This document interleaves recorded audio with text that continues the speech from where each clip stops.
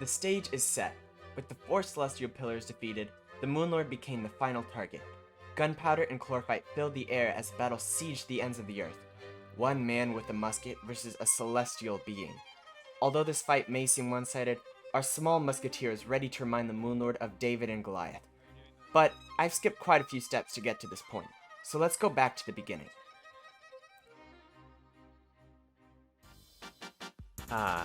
Humble beginnings. It's where everyone starts in Terraria. Speaking of beginnings, this was my first stream on Twitch, which is why the audio is not included here.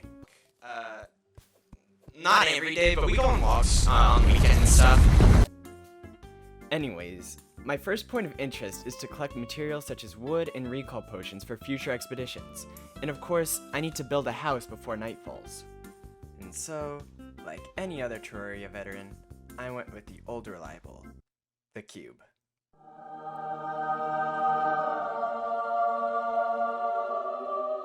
After waiting out the night, I set out with the goal of finding explosives. If you're not familiar, the musket is a weapon that can only be obtained in the corrupt biome of your world, and a copper pickaxe is not strong enough to break through the blocks in that area. Once your character has some form of explosive on them, an NPC called the Demolitionist will move in and sell items such as bombs and TNT. In this case, I found some grenades, and shortly after, the Demolitionist showed up.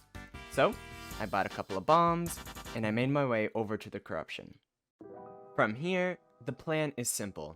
Jump into one of the ravines, find a shadow orb, break it, get out. But things never go to plan. The corruption is crawling with creatures called Eaters of Souls. To get the musket, I would need to sneak past their defenses. Okay, plan B. Build a shelter and take the musket right in front of them. It's foolproof. They can't get in while I tunnel down to break the They really put a guard in with the orb. Okay, you know what? It says stealth is optional. See, at the top of the screen in 2-point font and at 50% opacity? Okay, cool. I don't think you have any idea how fast I really am. Bruh. Alright, mission accomplished. With the musket finally in hand, my next objective is to create housing for the gunsmith. See, shadow orbs will only drop 100 bullets, and unfortunately, that won't be enough for the journey ahead. The gunsmith, however, sells an unlimited amount of them. With that in mind, a slightly better looking cube was constructed. In fact, this cube was so irresistible to the point that the arms dealer moved in before it was even finished. It's free real estate. So, with both a musket and a reliable source of ammunition, it was time for a boss rush.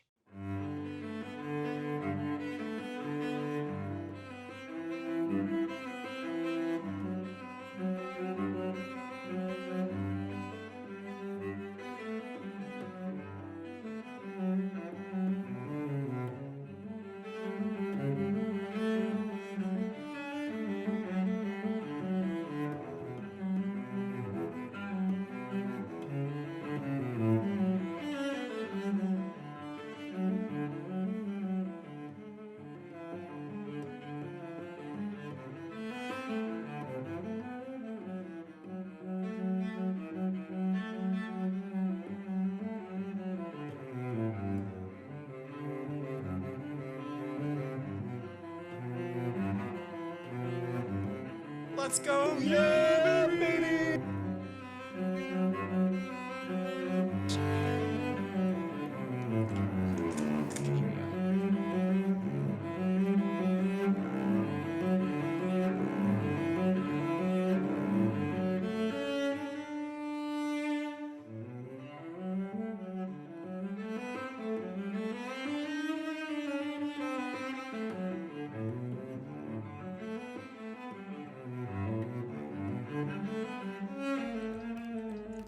Yay!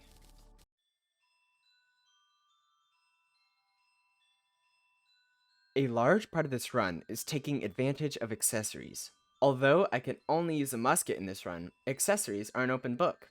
And with the Eater of Worlds as well as Skeletron defeated, 2 essential items were obtained. The Worm Scarf and the Bone Glove. The Scarf will reduce all damage by 17%. In my opinion, it is by far one of the most valuable items in the game. And of course, the Bone Glove, which throws out a bone while attacking. This item will increase the DPS for the Wall of Flesh fight, but that's about as far as its usefulness goes. With both of these items in hand, I set my eyes on the underworld. First and foremost, a large platform needed to be constructed. When the Wall of Flesh spawns, it will move horizontally from one side of the world to the other. There is no way around it. So, the best way to fight it is to create a long platform and run away while shooting backwards. Once the platform is constructed, I needed to obtain an item called the Guide Voodoo Doll. Fortunately, I had already collected a couple during the construction of the platform. It seems like the only time enemies spawn in hell is when you're trying to build something. And at last, after checking the last box, I sacrificed the guide.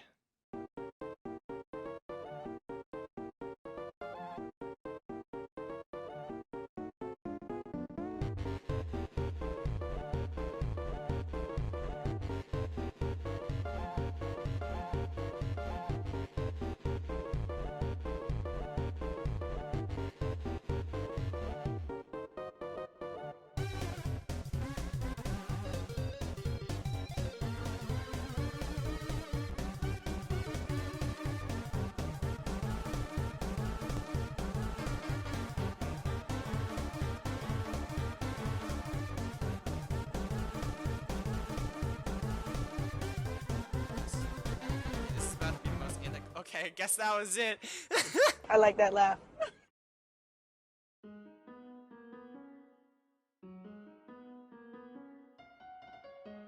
The Wall of Flesh is dead, but there isn't much time to celebrate. Once hard mode is activated, all enemies, including pre-hard mode ones, are significantly buffed.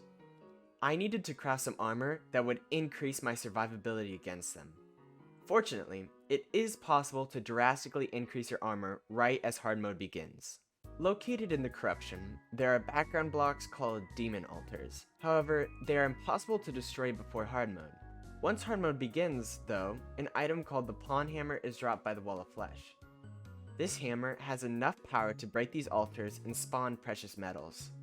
In this case, my world spawned palladium, mithril, and titanium. After spawning these metals, I first need to find the weakest of the three. See, the way it works is that in order to mine titanium, I needed a drill or pickaxe made out of its predecessor, mithril, and the same goes for that too. So, the first metal I need to find is palladium, and from there mithril, and then onto titanium. I'll spare you the details of my spelunking expedition, other than the fact that one happens, but I was finally able to don a set of titanium armor. The buff for this armor is basically a temporary force field. Whenever I damage an enemy, pieces of titanium will fly around me and damage anything that collides with it. This will help keep away pesky mobs when my attention is elsewhere, especially when fighting bosses.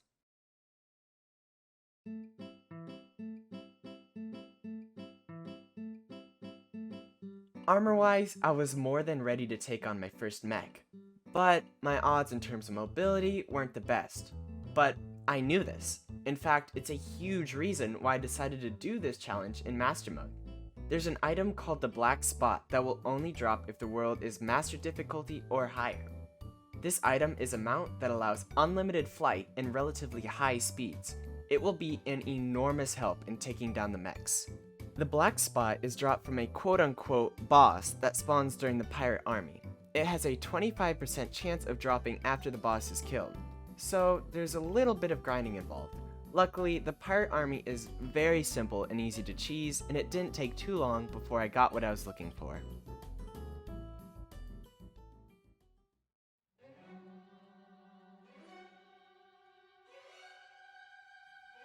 With the best pre-mechanical boss armor and the Black Spot, I was ready to take on my first mech boss. From the 3 available bosses, I chose the twins. In a typical playthrough, I usually would start off with the destroyers using the Daedalus Stormbow. Unfortunately, that's simply not an option. The twins, on the other hand, don't require any area of effect damage that the destroyer does. In my opinion, however, they are still the most annoying mechanical boss. Fortunately, it only took a couple more tries before I was able to emerge victorious. The twins are fundamentally a bullet hell. The biggest threat in the entire fight is Spasmatism and his spewing flames during the second phase. Once I learned how to avoid it, the fight was a piece of cake.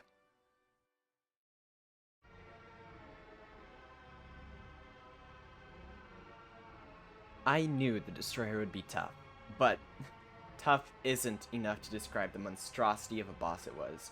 I tried everything that had previously worked. It all failed. Miserably. So miserably, in fact, that I couldn't even get its health bar below 50% before dawn.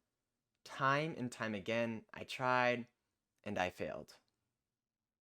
But I wasn't gonna give up. Not this easily. With a quick Google search, I found out some very critical information. The Destroyer's head has no armor. This one fact brought forth an idea. If I lure the Destroyer to the surface and then fall down a elevator, hitting the Destroyer's head is like shooting fish in a barrel. But the strategy took too long and allowed extra, and might I add, very unwanted ads that messed up the entire fight. Something like the elevator would work perfectly for this fight, but it has to be horizontal instead of straight down. It can't be in the sky because it would get in my way later on, so a tunnel it is.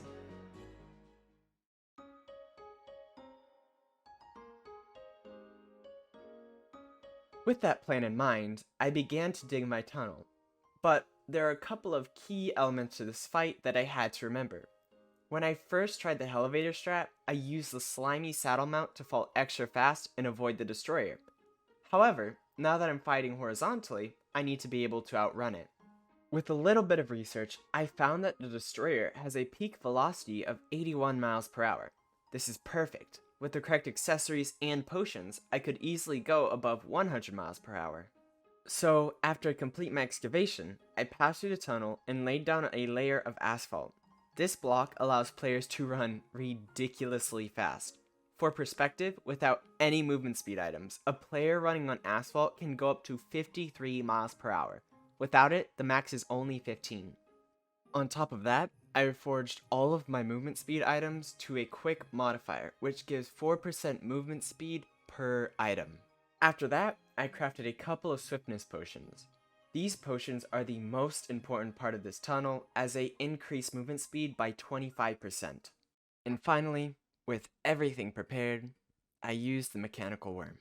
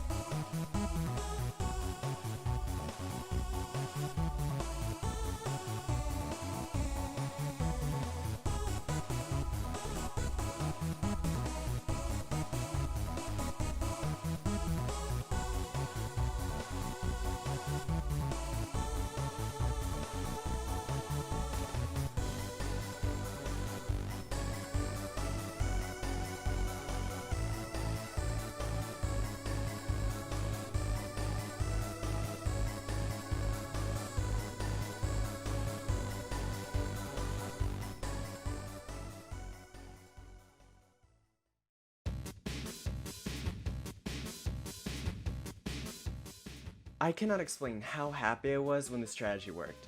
I was beginning to think that the run was over because of this boss, but with a little bit of patience and time, I was able to jump over this hurdle. But I couldn't stop now. Next up is Skeletron Prime. Before I had built the underground tunnel, I constructed a small skywalk meant for killing wyverns and also for this exact purpose, battling Skeletron Prime. It took a couple of tries to finally win, but again, with a little bit of patience and time, the fight was won.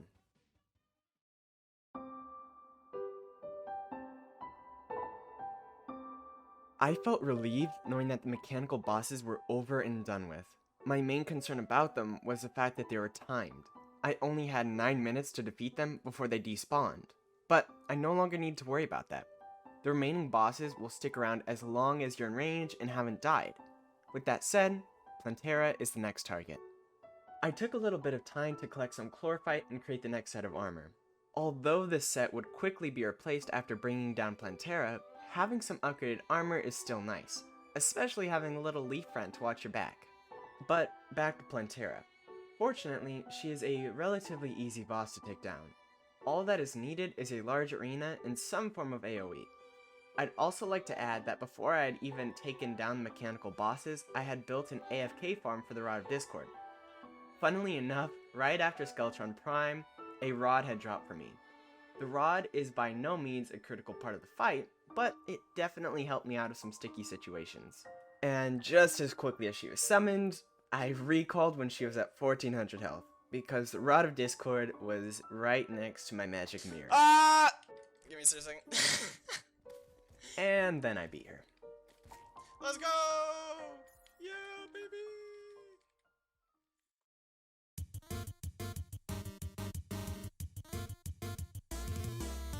Just like all the other bosses in this challenge, the Golem was a pain in the butt. Even with the Shroomite armor, which is the upgraded version of Chlorophyte, I did next to no damage. This would be a battle of sustenance. What's more, 1.4.4 just came out. This update made it so players cannot see or place wiring in the jungle temple until the Golem has been defeated. This meant I could not actuate the jungle temple to create a larger arena.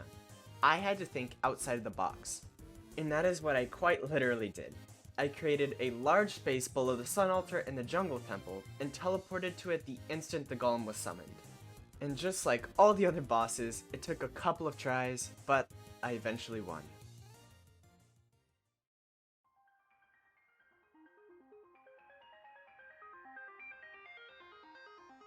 The Lunatic cultist is when things really started to get difficult. I actually think that I got the world record for the longest cultist fight in Terraria because of this challenge. But I'm getting a little ahead of myself. Here's the strategy. First, I tested the waters to see how the fight would go.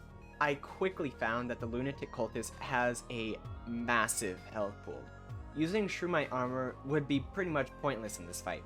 The damage output of the armor just wasn't enough to risk getting comboed to death. I'd have to go a tankier route. Using some turtle shells I collected earlier, I created the turtle armor. And then, using the beetle husk that the Golem dropped, I created beetle armor. This is the tankiest armor you can get before the Moon Lord. But I didn't stop there. I traded out all of my DPS accessories for more tank-driven ones, such as the Ankh Shield and the Star Veil. And lastly, I reforged every accessory to the warding modifier. This gives a bonus of 4 defense per item. I wouldn't be getting one-shot anymore, but I still had to be extremely careful when placing my shots for this boss. See, the Lunatic cultist is very predictable with their moveset. However, they have a scary ability called the Summoning Circle. The cultist will create 2 extra fake cultists that will help summon a celestial dragon. In order to stop this attack, the player must damage the real cultist in the Summoning Circle. However, if the player damages the wrong cultist, the dragon will be summoned. In most cases, this isn't too big of a deal. The dragon can easily be shredded by late game weapons. But I don't have that. If I hit the wrong cultist, the fight is dead. Slowly but surely though, I whittled down the cultist's health. And at last... 79. He's dead! Yeah, baby! Yeah, baby. Yeah, baby!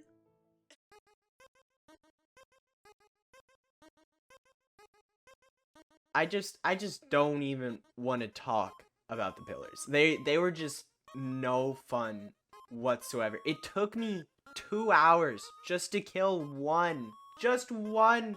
There are 4. And I had to take 2 hours to kill each one with a musket and have to deal with these stupid enemies, the worst enemies that Terraria has ever made. The Celestial Pillars are by far the worst, and I hated every single second of it. I never want to talk about this ever again, and I wish they never existed. I hate them. I will always hate them. That's all. Okay. Cool.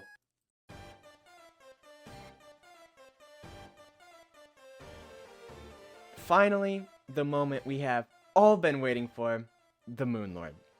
I must admit, the greater part of me was excited to finish this challenge to end the suffering, while the lesser half just wanted a satisfying ending. But, of course, preparations needed to be made. Build a minecart rail across the entire world, create at least 50 iron skin and regeneration potions, catch 10 damselfish, craft 10 calming potions, mine for chlorophyte, create chlorophyte bullets, and it looks like that's it. At long last, I was ready. I rode the black spot just outside the range of the Stardust Pillar and began to open fire. Every shot brought me one step closer to the climax of this entire challenge. I was nervous, and I knew this would be a long-fought battle, but I also knew that I could do this. After a couple of minutes and the Stardust Pillar weakened, the final blow was dealt. Impending doom finally approached. With only 60 seconds until the Moonlord arrived, I quickly found my way to the minecart track and threw on my beetle armor. And there's one last thing I'm forgetting. Oh, yeah. Run. This fight was going to be by no means honest. Being limited to just the musket meant that I would be doing next to no damage while being subject to his devastating attacks.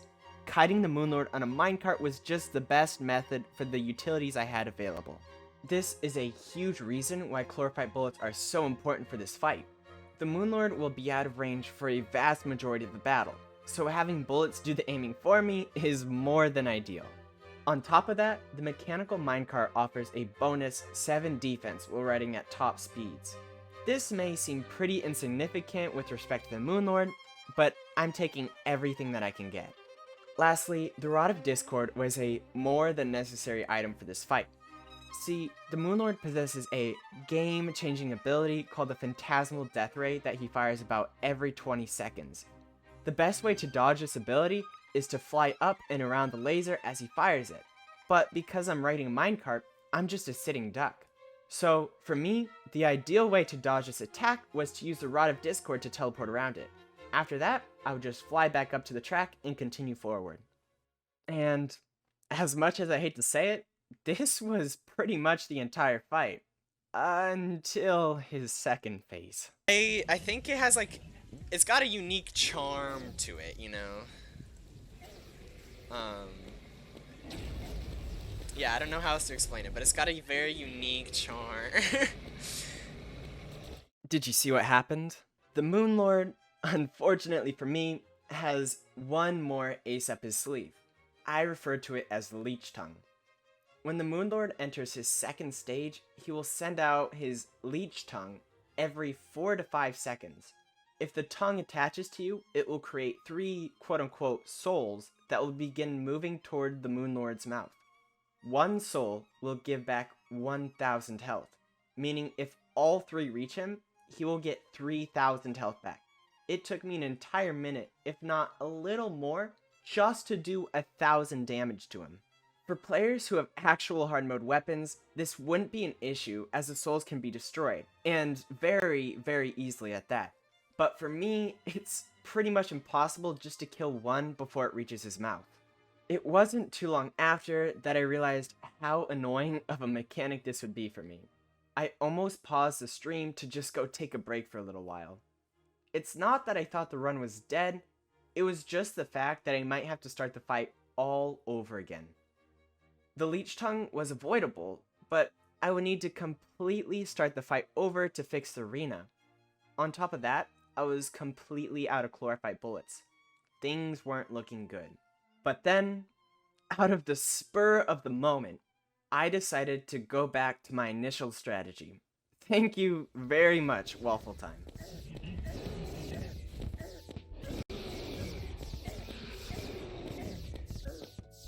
This is the way. It was from one of Waffle's videos that I learned about the Moonlord and his hand sockets. See, they're pretty much useless other than the fact that the socket does a flat 80 damage no matter what game mode you're in. If the player has at least 80 armor, they will take only 1 damage from the socket and will have immunity to any other attack. I tried this strategy at the beginning of the fight, but I quickly realized that the Moonlord's Leech Tongue would give back its health, so I stopped. But at this moment, I didn't know what else to do, so I gave it one last try. There is one very crucial detail about an accessory I have equipped. I mentioned it earlier. It's called the Star Veil. See, this accessory gives bonus immunity frames, but most of all, rains stars from the sky when the player is damaged. But not just ordinary stars. These ones ignore all defenses. It was there that I realized the battle was won.